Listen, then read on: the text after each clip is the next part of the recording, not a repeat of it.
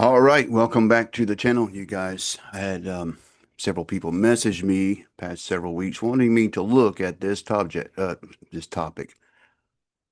BlackRock. Um, Very dark rabbit hole, you guys. To I've heard people ask me several times asking me, Jonathan, you ever looked at BlackRock? Jonathan, have you looked into Palantir?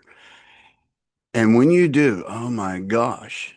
So, yeah, BlackRock's encoded. This is one of the smaller ones that are, searchable.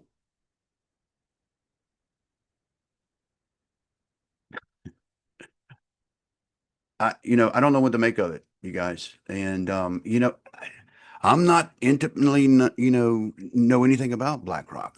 On the fly, I had to go and educate myself, and I had no idea the dark rabbit hole this thing goes down. Before we get into the table, let's do some education.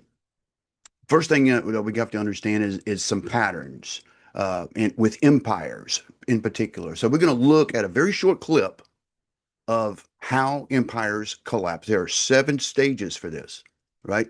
And then we're going to identify where the United States is right now in this pattern. And then we're going to look at somebody named Larry Fink and BlackRock, which is, in my opinion, one finger of a clenched fist. And I think you'll understand what I mean by that in just a little bit. So let's just jump right into it, you guys. It is said if you don't know your history, you're doomed to repeat it. You ever heard that? Very interesting video here, well put together. Just came out 8 days ago about the 7 stage collapse pattern. Let's see if we can figure out where America is in this. There's a pattern in history that has destroyed 3 global superpowers in the last 500 years. And right now, in 2025, the United States is following that exact same pattern, stage by stage, decision by decision, almost like we're reading from the same script that led to catastrophe every single time before. In 1590, Spain was the richest empire on earth. They controlled half the world's gold and silver. Their military dominated Europe. Their currency was accepted everywhere. Within 80 years, they were bankrupt, a second-rate power that never recovered. In 1914, Britain ruled the largest empire in human history. The sun never set on British territory. The pound sterling was the global reserve currency. Within 40 years, the empire was gone. The currency collapsed. They became America's junior partner. In 1991, the Soviet Union was the other superpower. Nuclear weapons, global influence, satellites spanning the globe. It ceased to exist in 900 days, not from war, from economic implosion, 3 times. 3 superpowers, 3 complete collapses, all following the exact same sequence. And here's what should terrify you. The United States has already completed 5 of the 7 stages. We're not approaching the pattern, we're deep inside it. This is the story of how empires die, why they always think they're different, and why the math says we're next. And it's happening faster. This has got a lot to do with debt, you guys. And one thing I've learned from studying these billionaires and how they're thinking, debt is good, right? It's very bizarre. It's very bizarre, but it's how they turn us into cattle. And we're going to get deep into this, you guys, especially when we see what this clenched hand is doing. It's a puppet master, by the way. You want to know who's controlling everything? Oh my gosh. Now I see why you guys were messaging me and saying, look into this. Okay, now I understand. I apologize. It took me this long to get the message. Um, yeah, you guys, pay attention to what's being put down right now. Faster than anyone wants to admit. Before we go through the pattern, you need to understand what imperial collapse actually looks like. Not in textbooks, in practice, what it means when a superpower dies. Imperial collapse doesn't start with invasion or military defeat. It starts with economic exhaustion. The empire extends. Now, you might be asking yourself, why would they want, because these things are puppeteered, all right? And look, we're not even going to talk about the Rothschilds and the 5 arrows, okay? We're talking about 5 fingers in a clenched fist, okay? It's the same thing. History repeats itself, and other people get the same idea, right? Larry Fink, Peter Thiel, and so many others. that are in bed, not just with one side, you guys. They're in bed with both sides. By the way, you wonder where the Bud Light thing came with Dylan Mulvaney?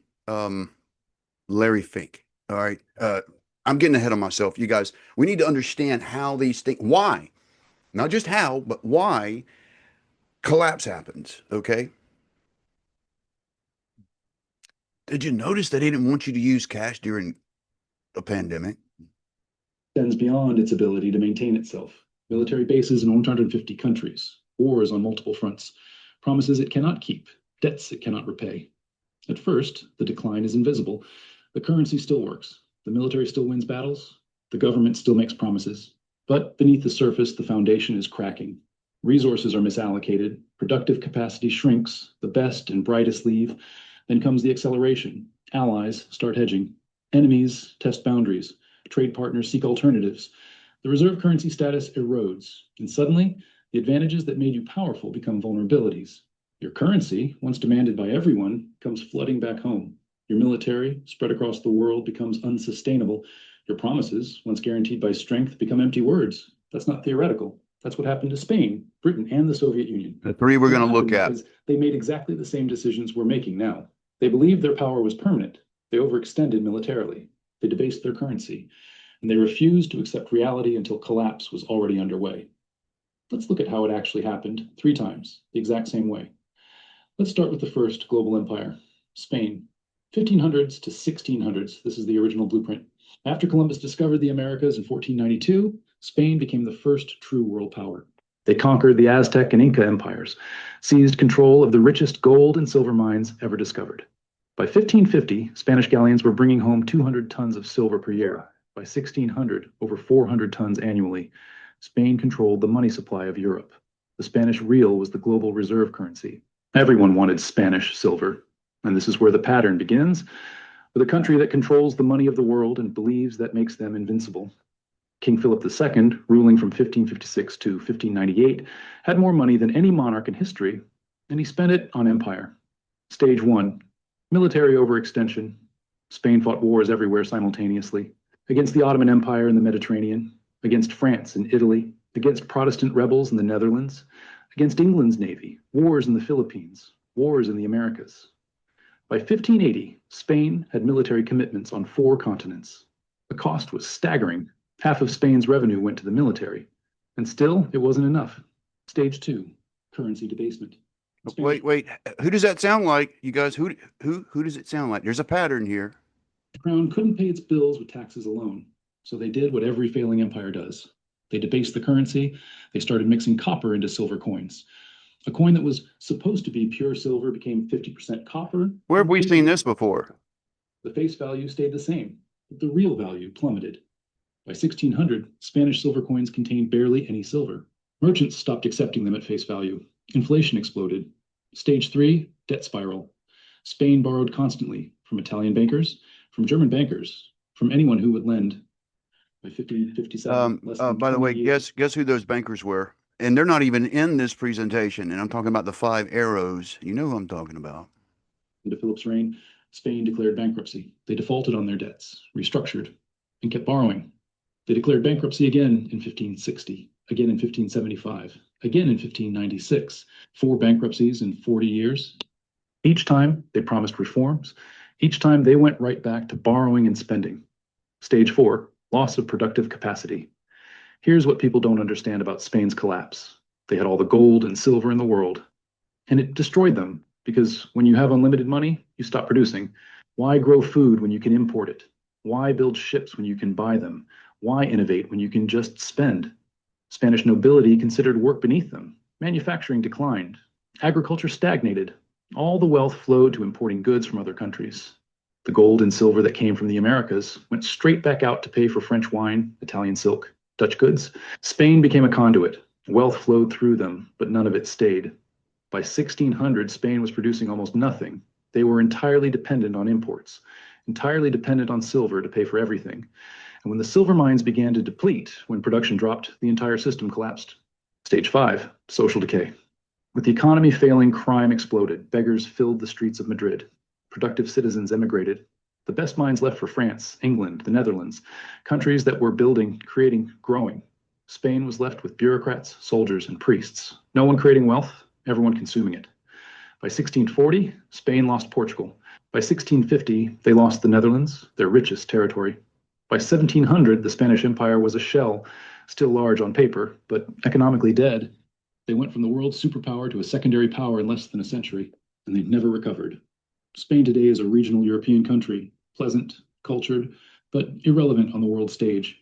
The descendants of the conquistadors are a tourist destination. That's what imperial collapse looks like. Let's jump forward 300 years. Britain, 1900s, the empire where the sun never set. At its peak, Britain controlled 25% of the world's land surface, 400 million subjects. The pound sterling was the global reserve currency. Every major trade contract was denominated in pounds. Every central bank held British bonds. London was the financial center of the world. And just like Spain 300 years earlier, they believed it was permanent, but they were already following the pattern. Stage 1, military overextension. All right. So this is really interesting. And this is how the Rothschilds kind of controlled Napoleon. And listen, these five brothers, the five arrows, have been at the bottom of all of these wars, okay? Financing both sides of it. It's not in this presentation. They're not even mentioned, but they're behind a lot of this, okay? And so we're not even into BlackRock yet. Nothing new under the sun, okay? There's been a conspiracy afoot for a very long time, you guys, and it's demonic. That's the only way it survives, okay? Because we're talking about world domination and bringing us unto the mark of the beast. That's where we're headed with all of this. Currencies, technology, yada, yada, yada. We are in the end times. You're a witness to all this, all right? Let's understand these patterns and see if we recognize ourselves in any of this, right? By 1900, Britain had military commitments everywhere. India, Africa. Who does that sound like? The Middle East, China, the Pacific, the Caribbean. They had to defend territory on 6 continents. The cost was enormous. And when World War I started in 1914, Britain faced a choice. Stay neutral and let Europe destroy itself, or jump in and bankrupt the empire to win. They chose to fight. World War I cost Britain over $40 billion. That's $1 trillion in today's money. They borrowed from everyone, mostly from the United States. By 1918... See what I mean? It doesn't go into the Rothschilds, but they financed both sides. Britain owed America billions. The creditor had become the debtor, but they'd won the war. They kept the empire. They thought they could rebuild. They were wrong. Stage 2, currency debasement. The pound sterling was supposed to be backed by gold, but the war had drained Britain's gold reserves. They'd ship... You guys, there's a reason why they love war. There's and it's broad and it's diabolical. It is evil at its core. And we're merely pawns in this. And at this point, we're turned into cattle. Gold to America to pay for weapons, food, supplies. By 1920, Britain's gold reserves were half what they had been in 1914, but they tried to maintain the pound's value anyway. They went back on the gold standard at the pre-war rate in 1925. The problem? The pound was overvalued. British exports became too expensive. Manufacturing declined, unemployment rose, and the government had to keep interest rates high to defend the currency. This destroyed the domestic economy. By 1931, they couldn't hold it anymore. Britain abandoned the gold standard. The pound lost 25% of its value overnight. The global reserve currency had just admitted it couldn't keep its promises. Stage 3, debt spiral. Britain never recovered from World War I debt.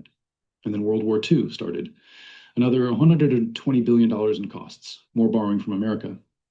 By 1945, Britain owed the United States... That's very generalized. That's very generalized, you guys. Again, and even in that war, the Rothschilds, the five arrows, were at the bottom of that. And again, this video is not about the Rothschilds. It's a pattern that leads to where we're going with the 5 fingers in a clenched fist, okay? In Canada, over 30 billion more than Britain's entire GDP. The war was won, but the empire was finished. They couldn't defend it anymore, couldn't afford it, couldn't maintain it. Stage 4, loss of empire. In 1947, Britain gave up India, the crown jewel, and the source of wealth for 200 years. Gone. Over the next 20 years, they lost everything. Africa, Middle East, Southeast Asia, the Caribbean. By 1970, the British Empire existed only in history books. Stage 5, currency collapse. The pound kept falling. In 1940, £1 equaled $4.03. By 1950, $2.80. By 1970, £2.40. By 1980, £2.30. Today, 127. The global reserve currency became a regional currency. Britain tried to maintain pretense, permanent seat on the UN Security Council, nuclear weapons, special relationship with America. But everyone knew the truth. They were a former power, a museum of what used to be great. The empire was gone, and it never came back. Now let's look at the most recent example, the Soviet Union, 1945 to 1991.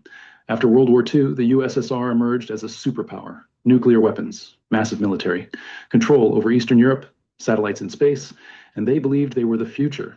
Communism would bury capitalism. The Soviet model would dominate. For 45 years, they competed with America, matched us militarily, built more tanks, more missiles, more troops. But beneath the surface, the economy was dying. Stage 1, military overextension. The Soviet Union spent 15 to 20% of GDP on the military.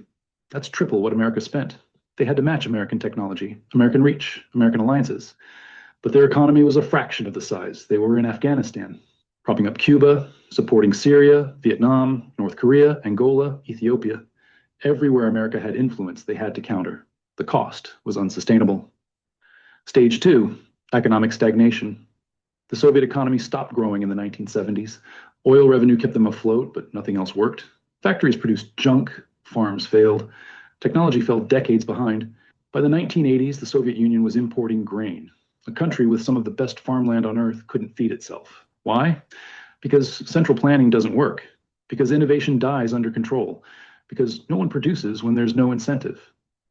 Stage 3, currency collapse. The ruble was never a real currency. It couldn't be exchanged internationally. Even Soviet citizens didn't trust it. They used dollars when they could get them. The government had to buy foreign goods with gold and oil because nobody wanted rubles. By 1985, oil prices dropped. Soviet gold reserves were depleting. They were running out of real money. Stage 4, loss of empire. In 1989, the Berlin Wall fell. Eastern Europe left. How many remember that? How many remember that? We were witnessing something very historic, you guys. The collapse of a superpower. Poland, Hungary, Czechoslovakia, Romania, East Germany, gone in a year. The satellites that gave the Soviet Union strategic depth vanished, and the Soviet government couldn't stop it. They were broke. Stage 5, complete collapse. On December 26, 1991, the Soviet Union ceased to exist. 900 days from Berlin Wall to complete dissolution. No war, no invasion, just economic implosion. The military couldn't be paid. The government couldn't function. That's how you destroy a government, a country, folks. A empire is economically. It's not necessarily the wars. The wars is what I mean. It's a vicious cycle with the wars. The wars are expending bodies and money and the technology because every battleground they're going to be testing weapons, and we're the pawns, we're the guinea pigs in that. Remember the nuclear testing in the Nevada desert and all those people that died from cancer later? You were a guinea pig in the big picture, right? 7-stage collapse pattern. Where is America at in this? All right. And why is debt good for these billionaires? Why is it good for them to own the debt? Oh my gosh, this rabbit hole's deep, you guys. The ruble became worthless. A superpower with 30,000 nuclear weapons collapsed from internal economic failure. The pattern played out again. Overextension, currency failure, debt, loss of empire, collapse. And here's what should keep you awake at night. The United States is following the exact same pattern. Stage by stage, let me show you. Stage 1, military overextension. The United States has over 750 military bases in 80 countries. We have troops in 150 countries. We're committed to defending Europe through NATO, defending Japan, South Korea, the Philippines, fighting in the Middle East, countering China, countering Russia. Our military budget is $850 billion annually, more than the next 10 countries combined. And it's not enough. We're stretched thin, equipment is aging, recruitment is down, and we have commitments we can't fulfill. If China invades Taiwan, if Russia pushes into NATO territory, if Iran closes the Persian Gulf, we can't respond to all of it simultaneously. We're overextended. Just like Spain, just like Britain, just like the USSR. Check. Stage 2, currency debasement. In 1971, Nixon closed the gold window. The dollar became pure fiat currency. Since 2000, the money supply has increased 400%. Since 2020, we've printed over $6 trillion. The dollar has lost 98% of its purchasing power since 1971. We're not mixing copper into silver coins. We're just printing unlimited paper. The mechanism is different. The result is the same. Debasement. Check. Stage 3, debt spiral. The United States owes 36 trillion. That's 120% of GDP. Interest payments alone are approaching $1 trillion per year. We're spending more on interest than on defense. We run deficits every year. $1.8 trillion in 2024 in a growing economy. During peacetime. And you're wondering why one of the richest countries in the world has put a halt to food stamps right now. And people are going to go hungry in the next couple of months. Debt. We're spending more on military, you guys, and illegal aliens and all the other stuff that the Democrats, they want us to have all this debt. Why are they trying to run this country into the ground? A restructuring, it's called a reset, the Great Reset. Oh, you've been hearing about this, right? They want to take us to a new standard, something different. The beast system. Oh, this holds deep. We borrow to pay interest on previous borrowing. That's the definition of a debt spiral. Spain defaulted 4 times. Britain borrowed until it collapsed. The USSR ran out of money. We're on the same path. Check. Stage 4, loss of productive capacity. America doesn't make things anymore. We design, we finance, we consume, but we don't produce. Our manufacturing base has been gutted. Shipped to China, Mexico, Vietnam.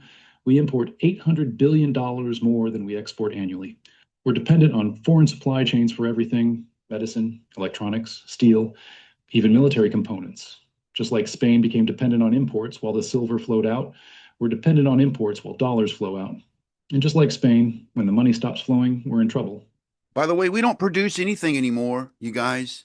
Thank you, George Bush. Thank you, Bill Clinton. Check. Stage 5, social decay. Trust in institutions is at all-time lows. Crime is rising. Homelessness is exploding. Drug overdoses kill 100,000 Americans annually. The best and brightest are leaving or checking out. Fertility rates are collapsing. Political dysfunction is total. We can't agree on anything, can't fix anything, can't build anything.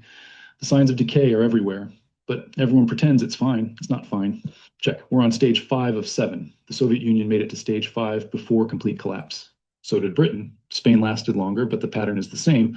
We're not at the end yet, but we're deep into the sequence. Stage 6 is loss of reserve currency status. That's when allies start diversifying, when trade moves to other currencies, when the dollar comes flooding back home because no one needs to hold it anymore. We're seeing early signs. BRICS nations developing alternatives, central banks buying gold, China and Russia trading in yuan and rubles, Saudi Arabia accepting yuan for oil. The cracks are forming. Stage 7 is collapse, not gradual decline, sudden implosion. The Soviet Union went from superpower to non-existent in 900 days. Britain lost the empire in 20 years. Spain took longer, but the result was the same. When the reserve currency fails, when the debt becomes impossible, when the military can't be funded, it doesn't decline gracefully. It collapses, quickly, brutally. And everyone who thought it couldn't happen here learns the same lesson every empire learns. It can, and it does. 3 empires followed this pattern: Spain, Britain, the USSR. Each believed they were exceptional. Each believed they were different. Each believed the rules didn't apply to them. Well, they were wrong every single time. We're telling ourselves the same lies right now. We're different. We have technology. We have the... Let me just say this, you guys. In the code that I'm looking at with Blackrock, I see 4 beasts from Daniel. That's in this code. It's the very same beast. We see, or you know, they're similarly connected. European Union. Oh, it's the same beast. We're going to see that in the code forthwith. All right. I just wanted to help you understand how we got into this situation, how billionaires who don't own everything, but they control everything. That's the key to this. BlackRock doesn't own everything. They've got their fingers, their puppeteer strings in everything. They do control everything. And they do influence our culture in this nation and globally. Dylan Mulvaney, Bud Light. Larry Fink is at the bottom of that, you guys. Oh, yeah, he was. And by the way, he was a supporter of Hillary Clinton and the Clinton Foundation. More to come. The dollar. We're America. But the pattern doesn't care about exceptionalism. The pattern is mathematical. You cannot spend beyond your means forever. You cannot maintain empire without productive capacity. You cannot debase your currency without consequences. You cannot avoid stage 6 and 7 once you've completed 1 through 5. The sequence is locked in. The only question is timing. Maybe we have 10 years, maybe 5, maybe less. But the pattern says collapse is coming. And when it comes, it won't be slow. It'll be sudden. A currency crisis that triggers a debt crisis that triggers a political crisis. Overnight, the superpower becomes a cautionary tale. The reserve currency becomes a regional currency. The empire becomes a memory. 3 times it happened before. The pattern says we're next. Since 2020, we've accelerated every stage, printed more money, increased more debt, extended military commitments, hollowed out production, fractured society. We're not walking the path anymore. We're sprinting down it. And the end is visible if you know the pattern. Maybe we'll find a way out. Maybe America can do what Spain, Britain, and the Soviet Union couldn't. Maybe we'll reform, rebuild, restore. Maybe this time really is different. But the pattern says otherwise. The math says otherwise. Recognize the pattern. Recognize the pattern. Those who do not understand history is doomed to repeat it. So we're in this situation where America's got a tremendous amount of debt, and I understand Donald Trump's trying to make America great again. Are we going to be great again? Who is Larry Fink? Do you guys know who Larry Fink is? I didn't really know who he was. He's a Jewish businessman, I think he's a billionaire by this point. Larry Fink is an interesting man. So let's get educated on who he is before we understand BlackRock and how he became the man that's controlling BlackRock. So we're going to look at a clip from one of my favorite places, Valuetainment. Really good explanation here. Again, I don't try to invent the wheel, reinvent the wheel. Let's get educated. Fink majored in political science, originally wanted to get into politics and make an impact. He decides to get into finance and starts working at First Boston Investment Bank in 1976, excels as a bond trader, very new compared to equity trading, top performer at First Boston, responsible for roughly $1 billion to the bank's bottom line. $1 billion to the bank's bottom line. That's a lot of money at that stage of your career. Identified the power of computers and trading very early. In 1986, something happened, life-changing. He loses $100 million. He is humiliated, and he quits First Boston after losing trust amongst his peers and the market. But at the time, he was 36 years old. This experience for him was life-changing in his investment philosophy. It took him 18 months to decide on what he wanted to do next. Fink wanted to start his own business, but needed investment money, meets with Steve Schwarzman from Blackstone and makes a good impression. They start a joint venture called Blackstone Financial Management in 1988. So obviously Blackstone is the precursor to BlackRock, right? Started making money in 2 weeks. By 1989, this is only a year later, Fink has $2.7 billion of money under management. And by 1993, Fink had $8 billion of money under management. Now, this time, Fink is obsessed with risk management. He became a pioneer in using statistical modeling algorithms to trade bonds. By 1994, BlackRock was managing $53 billion. The same year, Schwarzman and Fink had an internal dispute over methods of compensation and equity. Fink wanted to share equity with new hires to lure talent from banks, while Schwarzman did not want to further lower Blackstone's stake. Fink wanted to leave, but needed someone to buy Schwarzman ownership. PNC eventually ends up buying out Blackstone. The one reputation Larry Fink had at this time is the fact that he knew how to restructure toxic debt. And that's not an easy skill set to have, and he had. So this area that he specialized, it causes Fink and BlackRock to become known as the...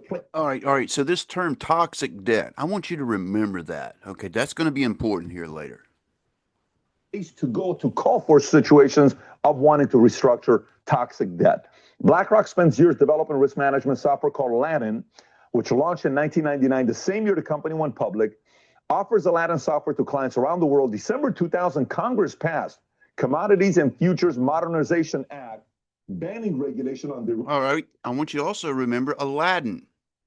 derivatives. Big advantage, obviously, for BlackRock. BlackRock acquires Merrill Lynch Investment Management, expanding its retail and international presence. So at this point, he's got his independent name. People know who he is. BlackRock, Larry Fink, no longer with Schwartzman. Then 2008 crisis comes. So this causes all the companies, including the government, to consult with BlackRock on what to do with the debt. Even Jamie Dimon called Fink for advice when the government asked him to buy Bear Stearns. So imagine the U.S. government, as big as they are, the country they're running, they got all these options on who to call to consult them on this crisis that they're dealing with. Who do they call? Larry Fink from BlackRock. And why Larry Fink? Because they had to restructure toxic debt with Lehman Brothers, Bear Stearns, and Freddie Mac. And the next one, I remember this one because I was at the dinner when the CEO of AIG, Bob Ben Moshe, and the CFO David Herzog were in Chicago at Ritz-Carlton having dinner.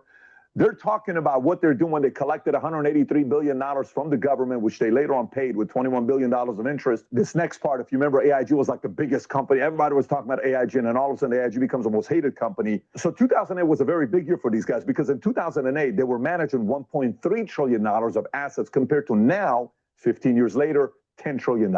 So obviously he sees this as an opportunity. Like, look, we dominated this whole toxic, debt restructure market. What's the next thing? He sees ETFs as the next thing. And eventually they own the ETF market. Matter of fact, today they own 35% of all ETF money is with BlackRock today. So now watch the evolution. He starts off, and while everybody else trying to do stocks and equities, this guy's like, no, I'm going to go be a bond trader. Literally, nobody says, I want to be a bond trader. This guy does that. And then afterwards, he loses $100 million, teams up with Schwartzman, make a bunch of money. Then he says, guys, we got to split up. Then he's like, I don't know what I do next. Then they go into learning how to restructure toxic debt, then ETFs. And like, what do we do now? Guess who starts knocking on the doors for help? Ready? The Federal Reserve calls him for help. In 2020, the Federal Reserve calls Larry Fink and asks to help them with the Fed prop up the entire corporate bond market by purchasing on the central bank's behalf. When corporate bond rates spiked, the Federal Reserve went into panic mode. So a spike in corporate bond rates creates financial instability because it makes it more difficult for businesses to access credit, leaving them unable to fund day-to-day operations. So this caused the Fed to want to buy bond ETFs, which BlackRock offers through iShares. The Fed ultimately contracted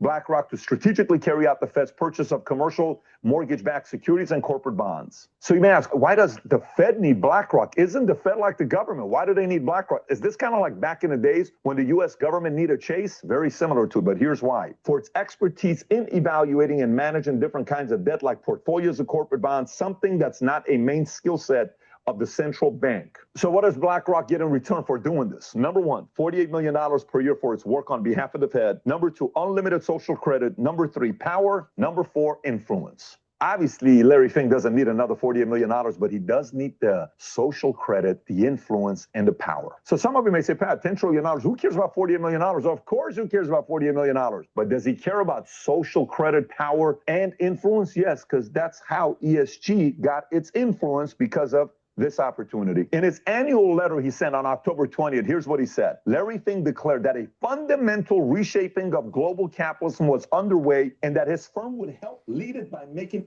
Here we go, you guys. A global restructuring. What is that? That's in what? What is it called? It easier to invest in companies with favorable environmental and social practices.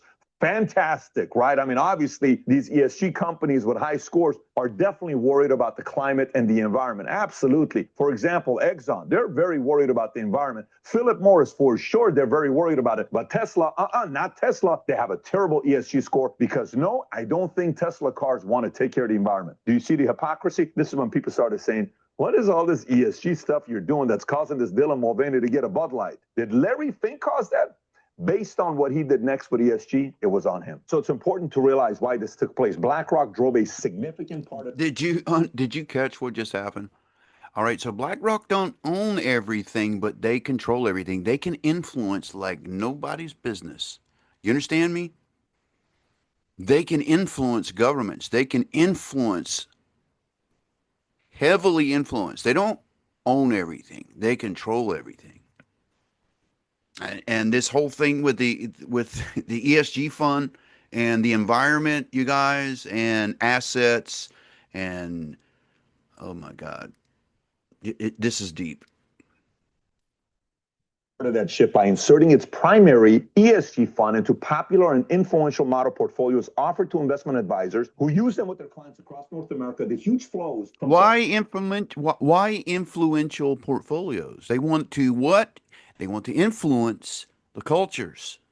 Models mean many investors got into an ESG vehicle without necessarily choosing one as a specific investment strategy or even knowing that their money has gone into one. Meaning, if you got a 401k, if you got a mutual fund, you got an ETF, you may have some of your money into a company that's one of these ESG funds. In short. And by the way, you don't even know where your money's going with these guys that are investing your money. So you're by default, if you're with BlackRock or one of these five fingers in the fist, by default, you are part of the problem. I hate to say, they are making you as a complicit, participant. You have no idea. They're making you guilty by default in what they're doing. An apparent BlackRock-led rush of investors into ESG in the past 2 years has been something of a self-fulfilling prophecy, at least when it comes to the biggest such fund on the planet, a BlackRock exchange-traded fund that trades under the ticker, ready? ESGU is what the ticker is, according to the data from BlackRock and Morningstar. So why is this important? Why is it important to have all this control in these companies? Let me explain to you why. Because there's voting going on, right? So the significant situation in these index funds vote could determine whether a vote passes or not, both for proxy contests and for environmental, social, and governance matters. And even when votes are not close, the outcome of votes can play an important part in influencing the behavior of corporate managers. And by the way, what I just read, this last part, is from an article in Bloomberg titled How BlackRock Made ESG the Hottest Ticket on Wall Street. The title should be How BlackRock Used ESG to Control 88% of S&P 500 companies. Why 88%? Because BlackRock, Vanguard, and State Street combined are the largest shareholders in 88% of S&P 500 companies. So imagine these three are best friends at the top, and they get to push their weight and say, hey, you guys got to do this. Hey, you need a little bit more of this. Hey, you better do this, or else we're not going to give you the money on the back end when you need it, or 88% of the companies they can control. So now you may say, oh, come on, Pat, like, why do we have to be worried about this? What's the big deal with this? Look, in politics, a lot of times we'll talk Republican and Democrats, but the reality of it is really it's establishment versus anti-establishment. Establishment is driven by control and thinking they know what's best for you. So let me give you an idea of what is establishment. BlackRock employs several executives who came out of George Bush's administration and more than a dozen from Obama's administration. Let me give you an idea of who. That's Obama's national security. Okay, so this would be an example of, a wing from both sides of the bird, right? It's the same bird. Advisor, his senior advisor for climate policy, the former Federal Reserve Vice Chairman, and several White House Treasury and Fed economists. Why is this important? Because there's something called lobbying. And take a look at what they're doing with lobbying here. So if you look at this chart, you'll see how much money they've been spending every year on lobbying. And if you go to 2022 was their biggest year. And by the way, a former recruiter from BlackRock said it only takes $10,000 to buy a senator. This is a big business model to get laws in there that they get to have more control and influence over what happens with investments. Pretty crazy when you think about it, right? So this guy, again, goes from bonds, something nobody wants to do, teams up with Schwartzman, then learns how to restructure toxic debt, then ETF, then 2020, Fed needs his help, then ESG, and then all of a sudden, even though in 2017, he called Bitcoin an index of money laundering, and he said this on Bloomberg in CNBC interviews. You know what he just did? He just shocked the world, by the way. By announcing BlackRock applied for a spot on Bitcoin ETF as of June 15th. Remember this word, you guys. This is also in the BlackRock Larry Fink table. He did a flip right? So he realized something. What did he realize? Oh, well, they could launder a bunch of money. What? So he bashes Bitcoin. Nice. Like, guys, you kind of got to start a Bitcoin ETF because there's a lot of money to be made here, guys. Well, let's do it quietly. Let's make sure nobody sees that 2017 quote. None of us get everything right, but this is a guy that knows what he's doing when it comes out. Bitcoin is what he's looking at. Very weird, very controversial, but this could be his next big move. So, by the way, if you're watching this right now, says this guy a good guy or a bad guy? You got to give the guy credit. He went from where he was at to winning in so many different things, especially after the big loss. He had $100 million and he's humiliated for 18 months. Then he comes back and recreates himself and boom, goes to the top and gets all this money. He's a billionaire. He's got all this power. But is this guy a good guy? We're talking amongst each other here and talking about him versus Soros. And, you know, he's saying Soros is like Joker. You know, he's the agent of chaos. And no, he's more Lex. All right, so even among the puppeteers, you guys, you're going to have right wing, left wing. You understand? There's a difference between Rothschilds and Soros. Rothschilds are Zionists. Soros is not, right? Soros was a backer of Obama and the Clinton Foundation and yada, yada, yada. They are not Zionist, right? But the Rockefellers are, the Rothschilds are, the Rockefeller, maybe the Rockefellers are too. That just kind of came out. I didn't really mean to say that name. And again, I'm not an expert at this. This is why I'm getting educated along with you with some of these videos that I had to go and research some of this stuff. And by the way, when we get into the table that I'm going to show you, I need some of you that know more than I do to comment down below and give me information to be searching. All right, because it's very limited right now. I'm just now getting to know BlackRock, Larry Fink, and all of this stuff. I kind of knew about the banking deal with this really old Rockefeller family, and you know how they orchestrated a lot of things in the world, like puppet masters. You know, playing both sides, by the way. So imagine a puppet master with both hands, you know, in the Great War, World War One, puppeting both sides. That wasn't the first time that happened, by the way. It wasn't. It's the craziest thing. There are people who make money off of death and destruction from war, you guys. You got to see this.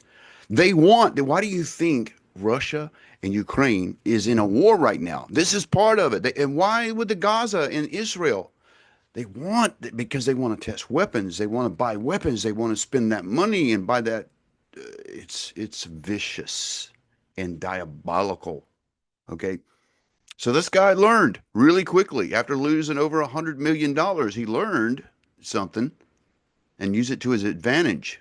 Luther, he is the guy that's low-key professional, looks good on the outside, but he's going up against Superman, who's a good guy. But at the end of the day, he used capitalism to get capital to then control the companies to impose certain philosophies, ESG, you better have this many employees, you better do LGBTQ.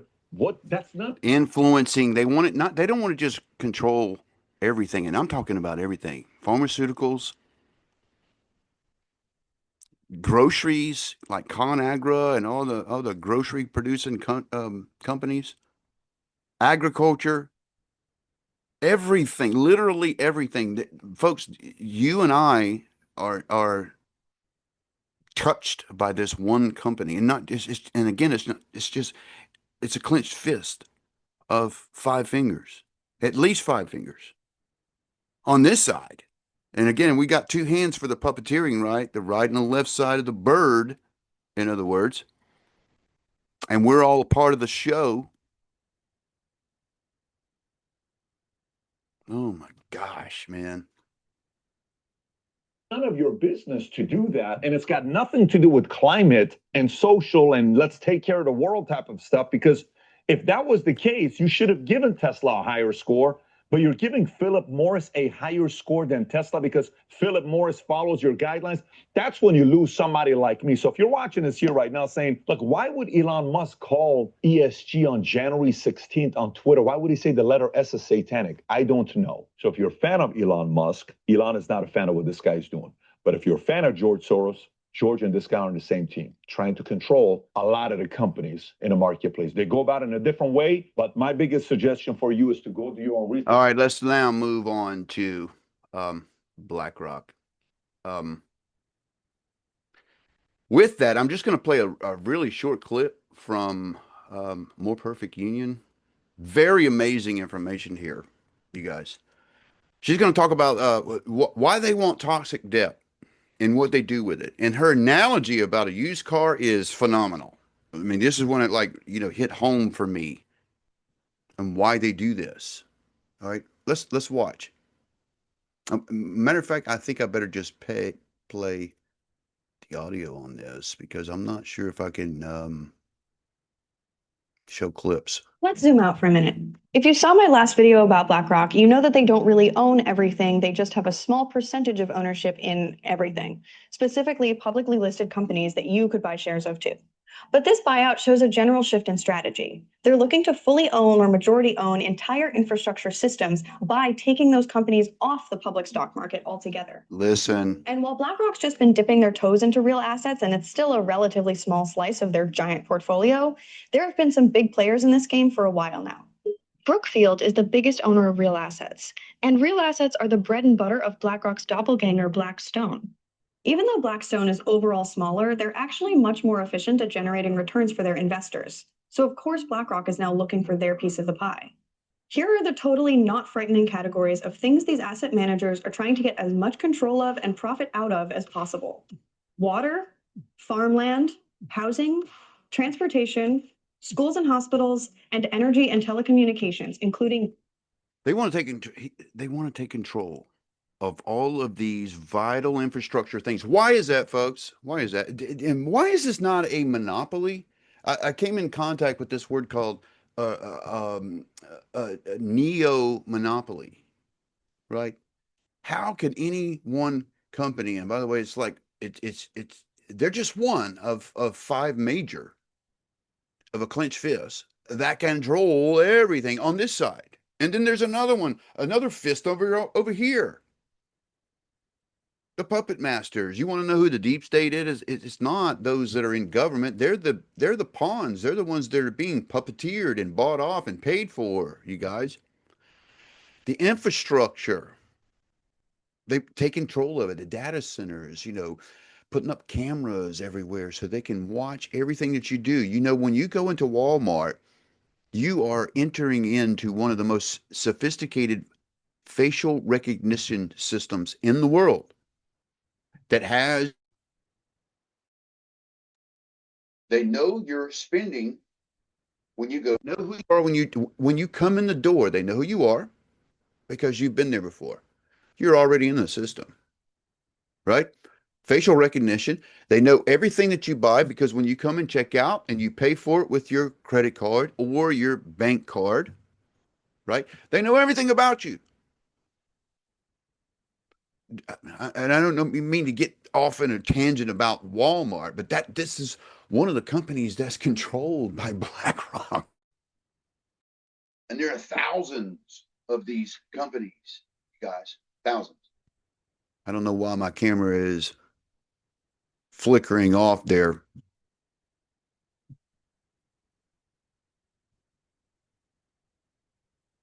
I hope we don't have any problems. I saw my camera flicking off there, so I stopped with the rant there. Anyway, let's continue listening. Data centers. So that makes the list really all the things I, for one, wouldn't last very long without. I don't know about you, but I personally love food, housing, electricity, and water, and want affordable access to it. Check out this house. It has lines bringing in electricity and phone and internet. It has pipes bringing water in and out. Roads bring in food, and tenants pay rent. BlackRock wants a cut of all of those things. In addition to potentially raising customers' bills, they might be looking for ways to cut costs. This could look like reduction in the job force. It could look at like reduction in operation and maintenance. If you don't have enough people to do a job, you're going to get people hurt. And the Minnesota power case is just one point on the map. If we zoom out, there's a and this is something that I'm reminded of as I'm sitting here listening to this. UBI, Universal Basic Income. They're going to force us in a place to where you're going to be irrelevant. Have you gone into Home Depot lately, or and I know I'm sidetracking here, just how my mind works. Rabbit trails. even in Walmart, self-checkout and stuff. They're eliminating the little man, and everything has become automated and AI driven and things like that. Have that in the back of your mind when we're talking about collapse and herding us, because we're cattle, herding us into a new way. All right. Larger cycle we're already in. Here's the playbook. Asset managers buy the thing, often using debt, massive loans they get just because they're already They want you in debt. rich. Then they run the thing as cheaply as possible for a few years and finally often super profitable for guys like Larry Fink, but not so much for anyone who relies on the thing they bought. And there's a reason necessities like apartment buildings, water, and parking are all at the heart of this. There are things where even if you maybe kind of have a choice to use a different provider, it's logistically pretty hard or downright impossible. For BlackRock, that's basically free money. Utilities in regulated states such as Minnesota have a captive rate base. They have captive customers. Having a group of customers that have nowhere else to turn for access to electricity, that is a very Isn't that a monopoly, by the way? attractive financial proposition. So how exactly do these deals work? They bank on you not understanding, so let's try to understand. Usually they'll set up an investment fund and Education give it a here. snazzy name like BlackRock Global Infrastructure Fund 4. And then they'll get a bunch of big companies to sign on to invest with them. The asset manager itself will invest a little bit too, just to show everyone else they have some skin in the game, but usually only between 1% and 5%. And then the investment fund, this thing they just made up like a group project for supervillains, goes and buys the thing. Investing is always about risk, but BlackRock's risk to itself is minimized because when they take out loans, they borrow against the company they're buying, not themselves. That's like if I bought a Honda Civic Listen. loan and then the car was in debt instead of me. And when that's a public utility, it's the customers or taxpayers even paying off that debt for them. This means you're not just paying for power or water or whatever, you're also paying off an asset manager's loan from a bank, which, if they default on, will sink the company they're buying, but not the asset manager that took out the loan in the first place. Isn't it so cool how if you or I default on our student loans or medical debt, it can ruin our lives, but if Bestie Larry, I don't know, flubs and air can't pay.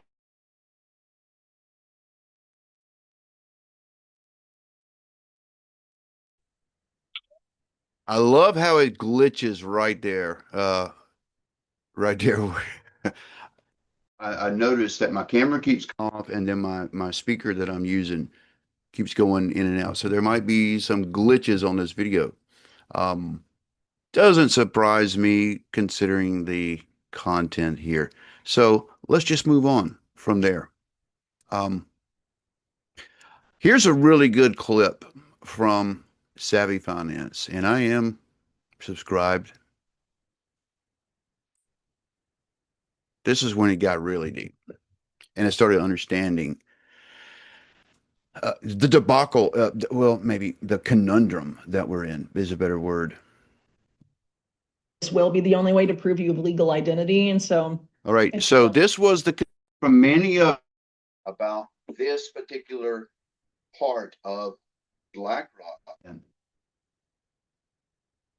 looks like my camera's gone out. Let me get back. Why is that happening? Maybe because I got too much open. I apologize, you guys.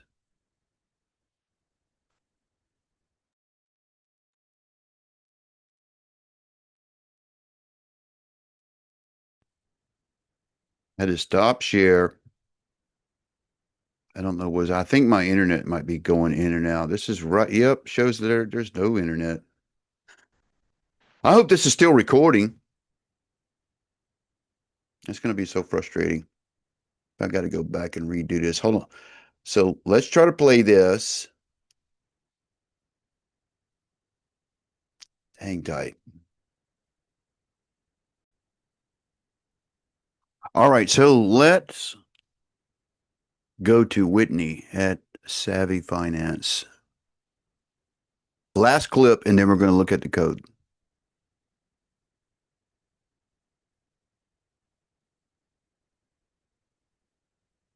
All right, what just happened?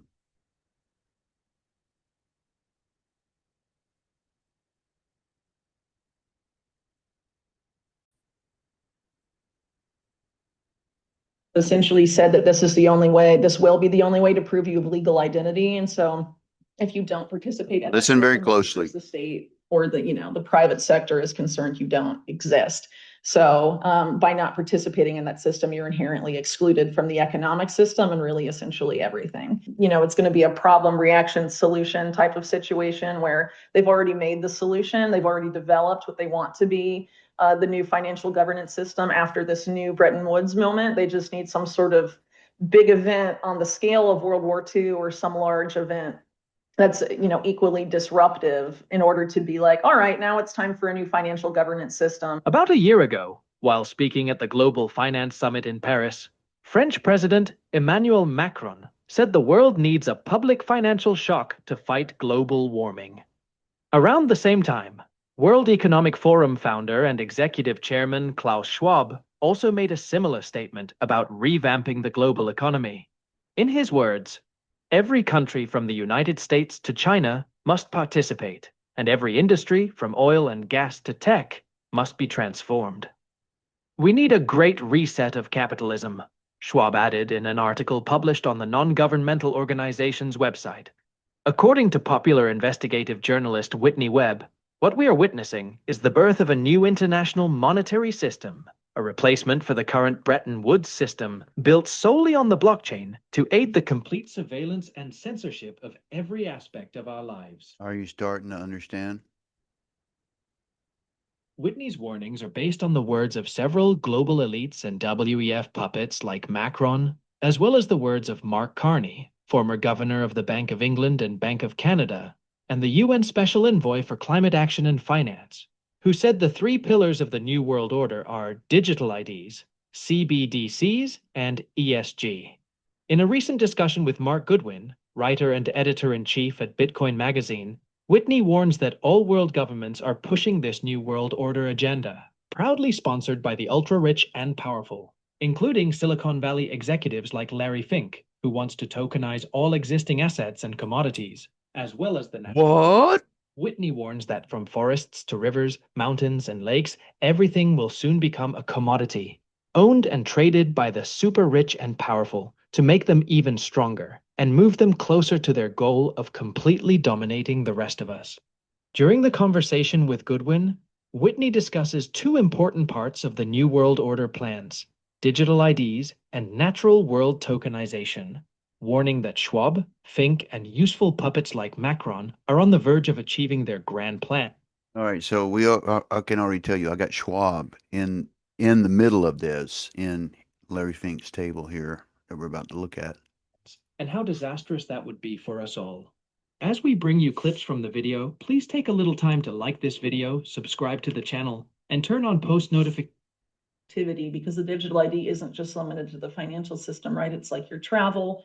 Digital ID. Now, many of you have been asking about this, and now I see why with the BlackRock and Palantir thing, this digital ID. But I got to tell you guys, I've done a lot of code searching on the B system, and this is right there. This is right there. We're looking at and no wonder that Peter Thiel is talking about the Antichrist so much. What? So much so that South Park is doing spoofs on that. Okay, programming the culture right there with what I just told you. I'm not even kidding. South Park has got a spoof on Peter Thiel and the whole 6-7 thing, and you guys got to see that episode. Right in your face. Your career history, your education credentials, your access. By the way, he claims to anyway with the Antichrist. I'm not even this. That's another rabbit trail. I'm so sorry. Let's get through this. Telecommunications, social media, the internet. With the new AI era, right? They can fuse all that data, analyze it, and depending on how they develop that AI algorithm. All right. So facial recognition. Facial recognition. So once you've been into Walmart and every other place that does that, when you get on the internet, they know everything about you, guys. Oh my goodness. really in unprecedented ways. I think the digital ID and the CBDC and its private sector equivalence project is something that we're always sort of intended to be the same system. So there's documents from the UN, from the BIS, and in related groups that are sort of been working that have been working on this for years. That essentially frame one as essential to the other, using words about, this is inclusionary, sort of, the whole, I guess, marketing behind digital ID is that everyone needs legal ID because otherwise they're unable to access essential services, right? And so the idea is we all have to be included in the system, and they directly link that to the concept of financial inclusion and banking the unbanked. All right, so you listen. That means if you're not a part of this system, you're not included, you guys. All right, so think about Scripture and what Scripture says about the beast system. Hello, it's right in your face. Wake up, sleepyhead. All right. These systems actually function in an exclusionary way, based on how they've been set up. They have essentially said that this is the only way, this will be the only way to prove you have legal identity. And so if you don't participate in that system, as far as the state or the private sector is concerned, you don't exist. So by not participating in that system, you're inherently excluded from the economic system and really essentially everything. So if they go to UBI, Universal Basic Income, and you're not in this system, and we're seeing this with China and their whole system now, right? Your score, you can get eliminated to the point where you don't exist anymore, and you're basically homeless and begging. Oh my gosh, it's creeping up. It's right in your face. It's creeping up on us. The beast system is right in front of us, and it is all-knowing. Go look at the movie Eagle Eye. You'll know what I'm talking about. AI and all their surveillance combined. Go watch that movie.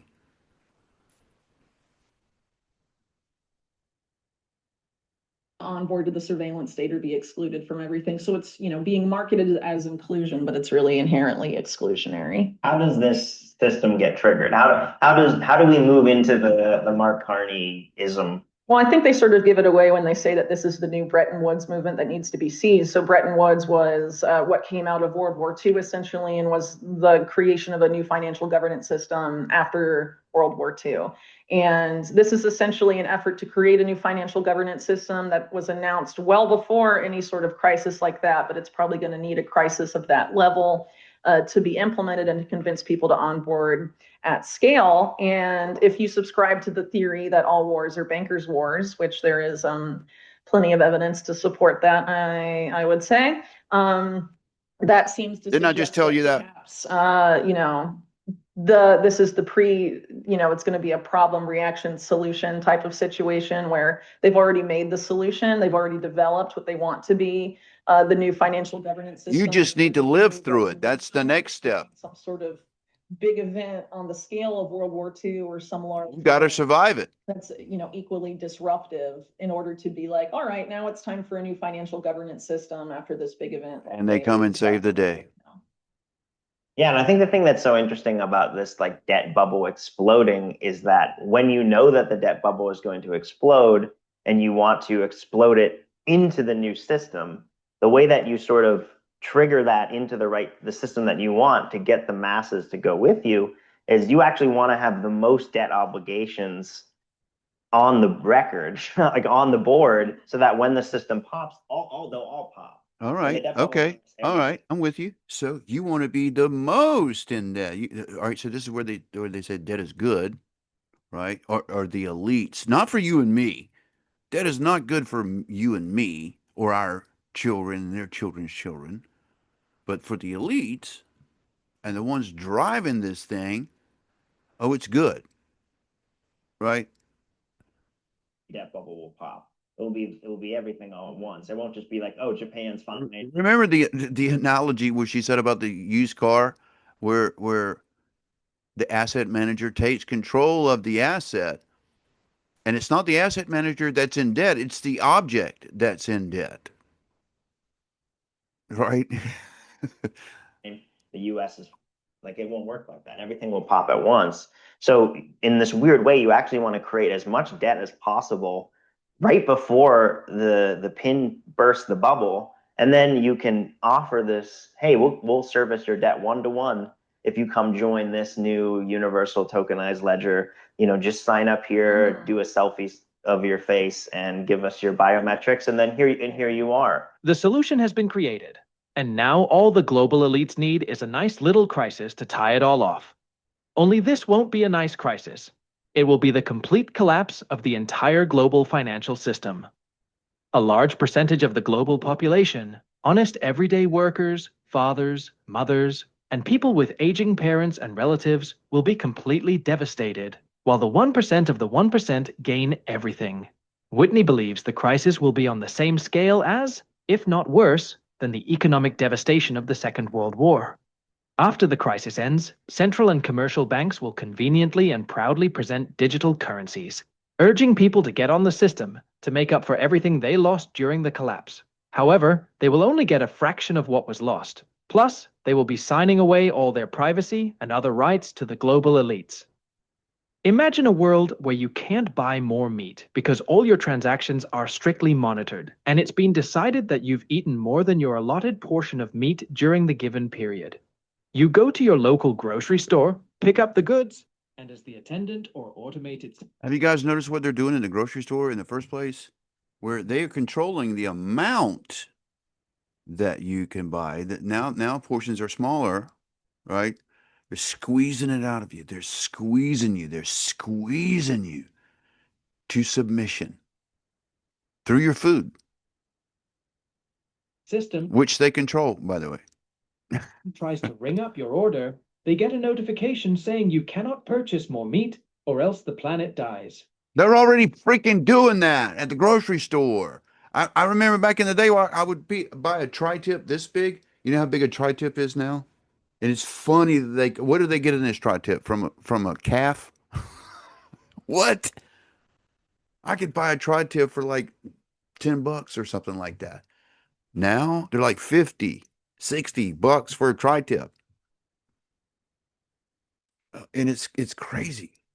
This is the future Whitney and Mark are warning us about. What's worse, it does not stop there. Larry Fink and others want to tokenize everything, including the natural. Here are more clips from the video. Well, it seems like in Larry Fink's case in particular, there's a goal, well, a big ambition there to develop new asset classes that can be used to basically fuel their existing business model and perpetuate it for like, I don't know, millennia forward. Mm-hmm. So one of these that I've been writing about for a few years is the whole idea of natural assets, what they call nature's economy. And one of the groups that has been sort of propelling this forward, at least one of the earlier groups, the Intrinsic Exchange Group, which is a product of the Rockefeller Foundation and the multilateral development banking system. Who? So I guess I lied to you. The Rockefellers are mentioned in this. There they go. They're telling you there.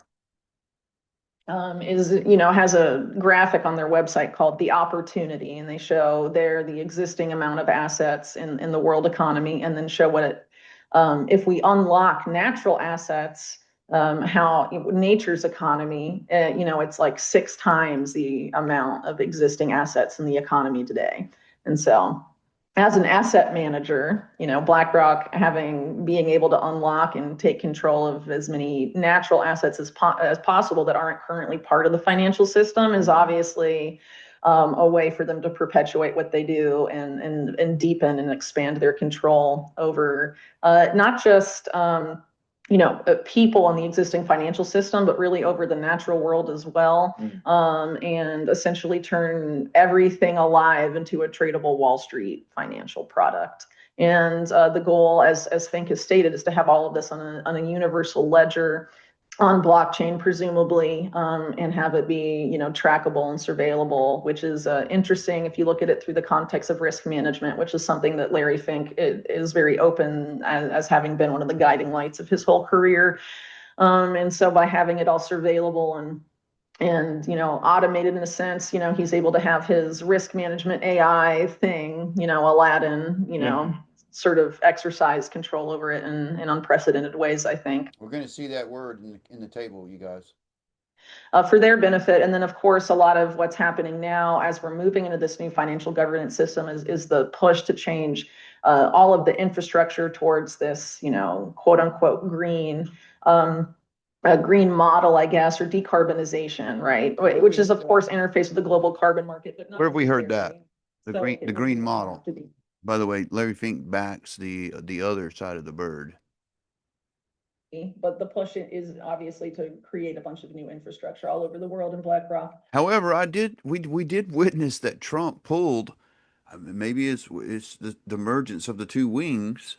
A lot of these billionaire companies like Bezos, and I probably shouldn't say all the names, but he's clearly, Mark Zuckerberg, Google executives, is positioning themselves to be one of the key players in that space. They acquired, I think they're called GIP, one of the biggest infrastructure, developers in the world. And I think one of their top guys at Davos just a few months ago was talking about how they're betting really big on infrastructure going forward. And it's going to be one of the biggest investment opportunities of the next several decades, actually. So I think they're quite ambitious. And, if people aren't aware of this, I'm sure they'll get away with it, but we'll see. One of the things too about the natural asset thing, at least as far as the natural asset corporation model is concerned, is that you literally just go into a forest or you go to a river or lake and you identify the natural asset, and then at no cost to you, just after identifying it, you issue shares in the natural asset, a lake, a forest, whatever, and then you sell those shares to sovereign wealth funds, asset managers, whatever, and then you have an IPO and generate all this money. I mean, it's literally just pointing out something outside and being like, this is mine, I'm going to fractionalize it and sell it to people, and you're producing money in like, out of thin air, essentially. And you're able to do that. I mean, the natural world is vast and huge, and they're doing this, they're financializing it all as framing it as the only way to save the planet. But really, it's the only way for them to save their insane debt racket. In their joint February article titled Tokenized, BlackRock's Plan to Own the Fractionalized World, Whitney and Mark give a stern warning about BlackRock and Larry Fink's plans. You will allow BlackRock to build the panopticon of tokenized Earth with Americans' retirement money under the dialectic pretext of owning the liberals, unknowingly connecting all aspects of ownership to centralized databases, walled identity gardens, and fractionalized reserve assets transmitted and issued on the private blockchains of Wall Street banks. The warring factions within the Davos squabble over the spoils, but never against the plan. Fulfilling Agenda 2030 requires complicit cooperation as much as compromised corporations. Do not confuse free market capitalism with cronyism or cartelism, which is the capitalist model embodied by Fink and his fellow Wall Street ilk. The problem is not just what they are planning, it's the half-truths they continuously tell the world until it is too late to stop the disaster, and how they demonize anyone trying to warn people about their plans. They've eaten so deep into our systems and every aspect of society that it would take nothing short of divine intervention to stop their plans. This is why people like Whitney often emphasize the importance of getting out of the system before it's too late, as that's the only way to protect yourself against what's coming. Please share your thoughts on Whitney's warnings and predictions of an impending collapse of the global financial system in the comments section below. Also, ensure comment down below, you guys. And if this is playing, this is probably going to play on Premiere, which is, when you're commenting in the Premiere, that's different than commenting down below. So comment down below. If you're at the Premiere, go also to the video and comment down below. So we had to get a little bit educated, learn about BlackRock and Larry Fink. By the way, this is just one finger of a clenched fist. There's others to expose in this. But you guys have been messaging me about two things mostly, BlackRock and Palantir. And then when I chose one of the two to talk about, and by the way, they're both in cahoots with each other. which is crazy. This is all like right hand, left hand stuff. I chose BlackRock to look at. And so that's the code table that we're going to look at right now. Is BlackRock and Larry Fink and Charles Schwab's there, Palantir's there. I want to look at some of the verses too, you guys, and we're going to do that in just a moment. Let's go to that right now. All right, to the nitty-gritty, so to speak. BlackRock in the codes, it is encoded several times, you guys. Let's see here.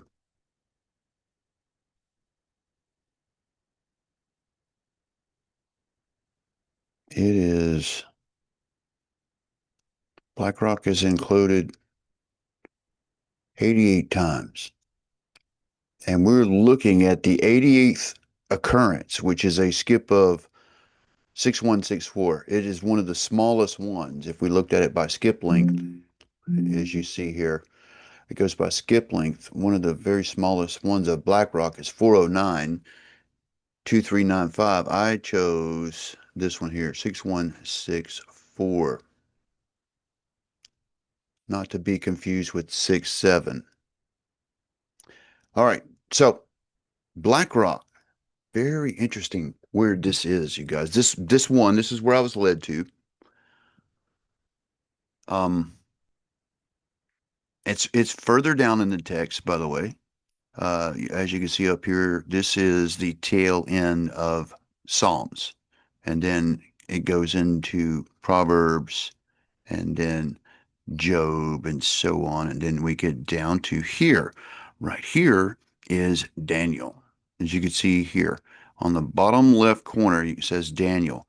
Right there where that little black Hebrew letter is where we are. And then after Daniel, we are in Ezra and Nehemiah, and then First, Second Chronicles. So this is restoration chapters here.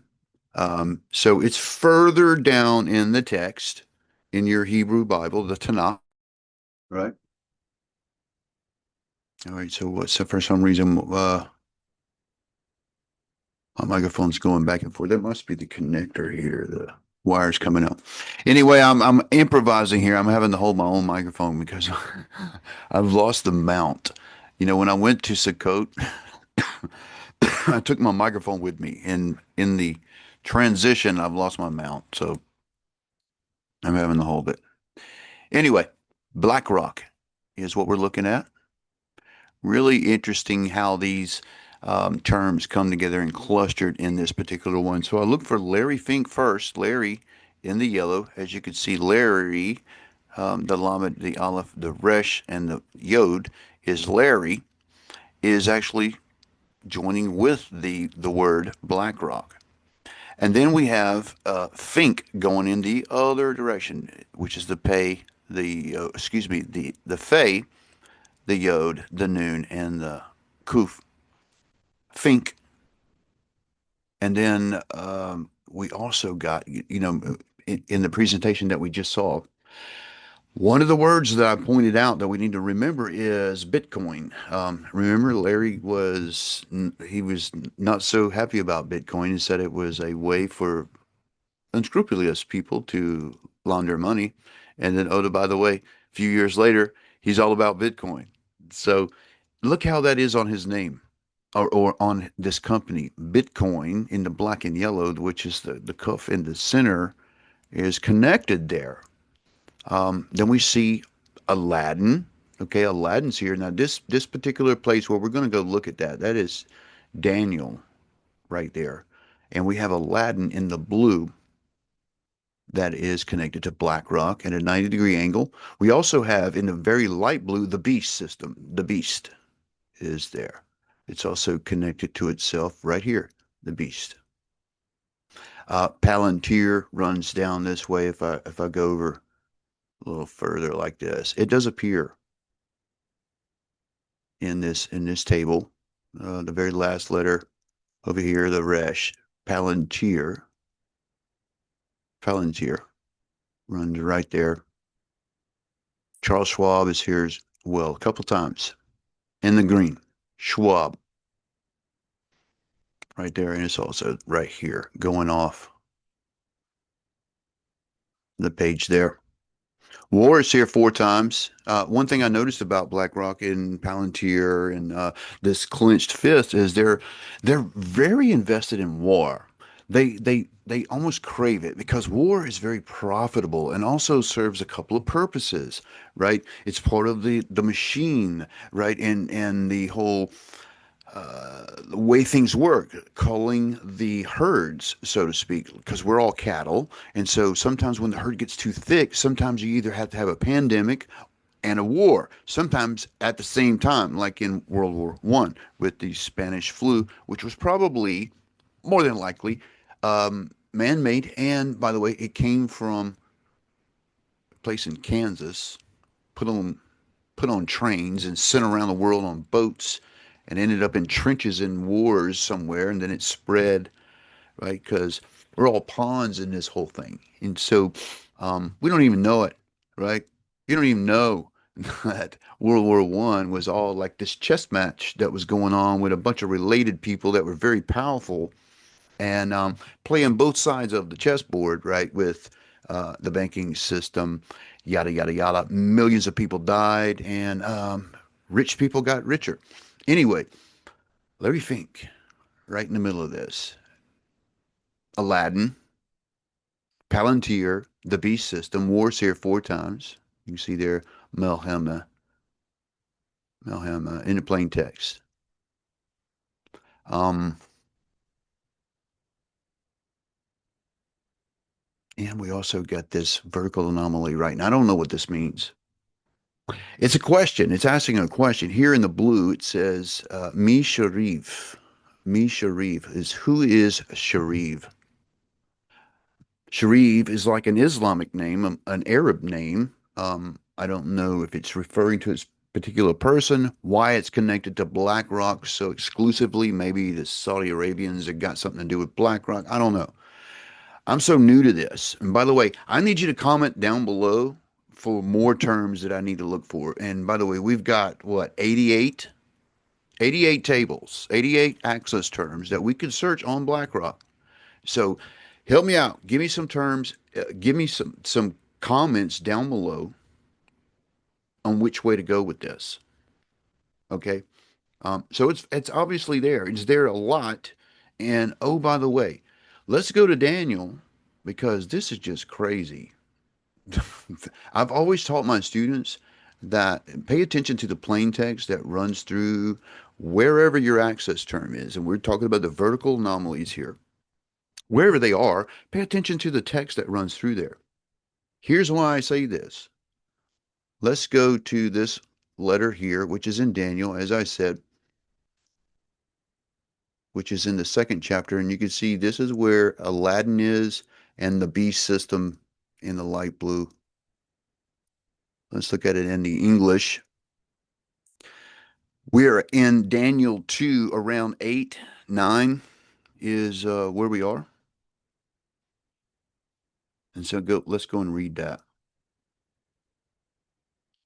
And the king answered and said, I know of certainty that ye would gain the time because ye see the thing is gone from me.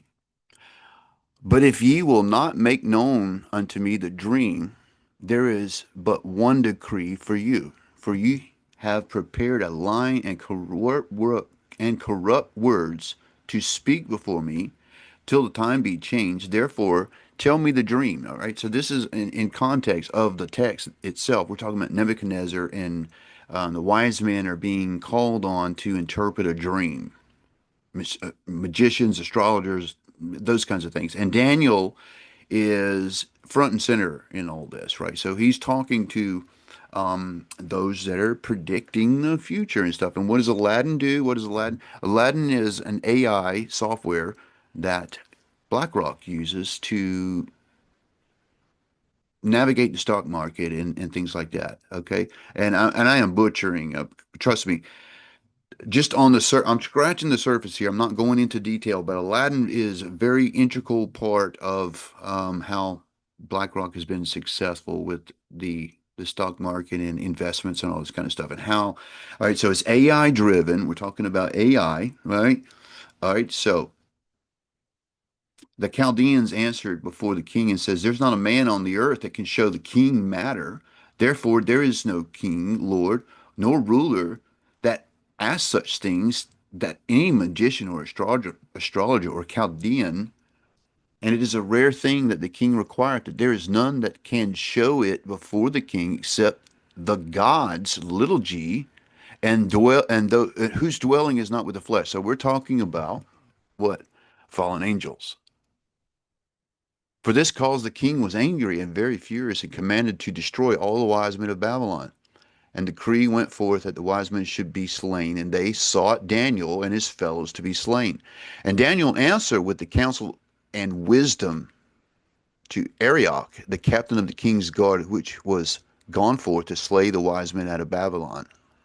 So this is where Daniel comes front and center, right? And Yah uses him. Anyway, let's go down to, so Aladdin is encoded in that line. Let's go down to the very next line. Really interesting how this unfolds here. Daniel 4 is where we are. You see that Zadi right there? This is this Zadi right here. All right, so that, even though it says 6:6, it's actually 4:11 where we are. Back up and let's see what's going on.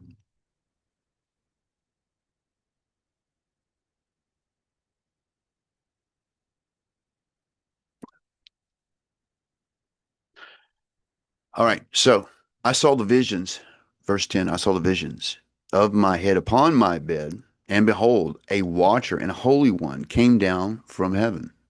That's an angel, and cried aloud and says, "Thus, hewn down the tree and cut off its branches and shake off its leaves and scatter its fruit, and let the beast get away from under it and the fowls from its branches.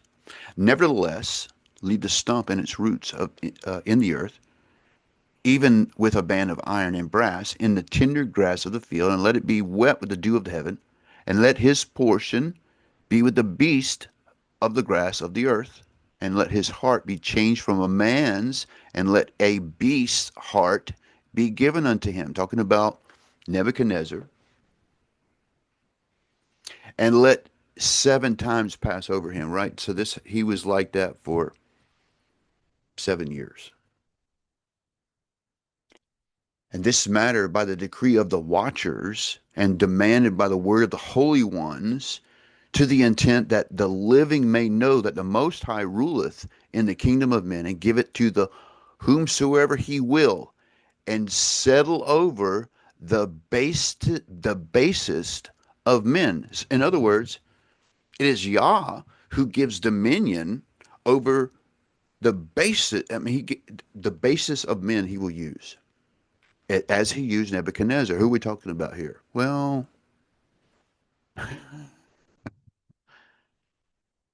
for a purpose. There's a purpose behind it.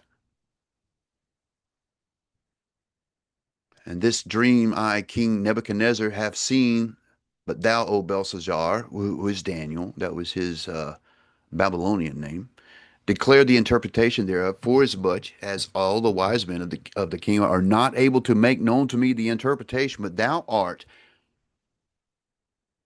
wise, and the spirit of the holy gods is in thee." And then Daniel, whose name is Belshazzar, was astonished for 1 hour, and his thoughts troubled him. The king spoke and said, "Belshazzar, let not the dreams or the interpretations thereof trouble thee." Right? And so he's about to give the interpretation. And this is actually where he's prophesying what's going to happen to the king. Let's skip on down to the next verse, because I feel like this is running along here.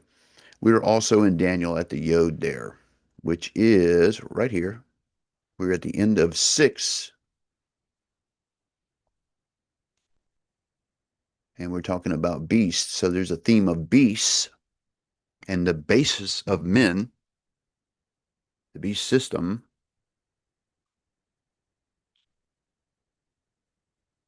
just before the seventh chapter. And we see that Yod is at 628. And he delivered and rescued, and he worked signs and wonders in heaven and earth, and he delivered Daniel from the power of the lion. So that's Daniel's episode of the lion's den. But then we see, and Daniel spoke and said, I saw in the vision by night, and behold, four winds of heaven, great sea, and four beasts came up from the sea, diverse from one another. And the first was like a lion, and had an eagle's wing, and he held the wings thereof, and were plucked, and it was lifted up from the earth, and made it stand upon the feet as a man, and had the heart, and had a man's heart given to it. And behold, another beast, a second, like a bear, and it raised up itself on one side, and had three ribs in its mouth, and between the teeth of it, and they said thus unto it, Arise and devour much flesh. And after I beheld, and lo, another like a leopard, and which had upon it the back of four wings of a fowl. And the beast also had four heads, and dominion was given to it. And after this I saw in the night visions, and behold, a fourth beast, dreadful and terrible and extreme and exceedingly, and it had great iron teeth, and it devoured and brake into pieces, and it stamped the residue of the feet of it. And it was diverse from all the beasts that were before it, and it had 10 horns. And I considered the horns, and behold, they had came upon them another little horn, and from there were three of the first horns plucked up by the roots, and behold, in this horn were the eyes like the eyes of man, and the mouth spoke great things. And I beheld the thrones were cast down, and the Ancient of Days did sit, whose garment is white as snow, and the hair of his head was pure as wool, and his throne was like the fiery flame, and his wheels as burning fire. And a fiery stream issued and came forth from before him, and thousands ministered unto him, and 10,000 times 10,000 stood before him, and the judgment was set, and the books were open. And I beheld, because of the voice of the great words which the horn spoke, and I beheld even the beast was slain, and his body was destroyed. We're talking about the beast system here. And look who's in the middle of this, you guys. And given to burning flame, as concerning the rest of the beasts, and they had their dominion taken away, and yet their lives were prolonged for a season and a time. And I saw in the night vision, and behold, one like the Son of Man came with the clouds of heaven, and came to the Ancient of Days, and they brought him near before him. And it was given to him dominion and glory and kingdom, and that all people and nations and languages should serve him. And his dominion is everlasting dominion, which shall not pass away, and his kingdom which shall not be destroyed. And I, Daniel, was grieved in my spirit in the midst of my body, and the visions of my head troubled me. And I came near unto one of them, and stood by, and asked him to tell the truth of all this. And so he told me, and made me known the interpretation of these things. These great beasts, which are four kings which shall rise out of the earth. But the saints of the Most High shall take the kingdom and possess the kingdom forever and ever and ever and ever. Then I would know the truth of the fourth beast, which was diverse from all the others, exceedingly dreadful, whose teeth were a lion, and his nails of brass, which devoured and brake into pieces, and stamped the residue of his fellows. And of the 10 horns that were in his head, and of the and of the other which came up, and before which 3 fell, and even the horn that had eyes, and the mouth that spoke very great things, whose look was more stout than his fellows, I beheld, and the same horn made war with the saints, and prevailed against them, until the Ancient of Days came, and judgment was given to the saints of the Most High, and the time came that the saints possessed the kingdom. And he said, the fourth beast shall be the fourth kingdom upon the earth, and the kingdom shall be diverse from all kingdoms, and shall devour the whole earth, and shall tread it down and break it into pieces. and the 10 horns out of the 10 kingdoms of the 10 kings shall arise. Another shall arise after them, and he shall be diverse from the first, and he shall subdue the 3 kings, and he shall speak great words against the Most High, and shall wear out the saints of the Most High, and think to change the times and the laws, and they shall be given unto his hand until a time and a times and a dividing of time. And but the kingdom shall sit, and they shall take away his dominion, to consume and destroy it unto the end. And the kingdom and dominion and the greatness of the kingdom under the whole heaven shall be given unto the people of the saints of the Most High, and whose kingdom is everlasting, an everlasting kingdom, and all dominions shall serve afterward. Here, thereto, is the end of the matter. As for me, Daniel, my cogitations troubled me, and my countenance changed in me, but I kept the matter in my heart. And that is the end. I just read the whole thing, but that is where we're running through. And then when we go, we're into Ezra and Nehemiah up under that, which is restoration or restructuring, right? Blackrock, it doesn't surprise me. Jewish restructuring, banking, the whole gambit. So that is what I got on the codes and in my presentation. So please comment down below. Give me some terms, some things that I need to be searching for in this. And we'll be looking at one of the other fingers of the clenched fist in, another presentation. So if you would, folks, please, if you could help this channel. We're not making much here. I've got a handful of students, and I got to make it through the next couple of months. If you're able to donate and help us out, I would really appreciate that. Shalom to you. We'll see you in the next video.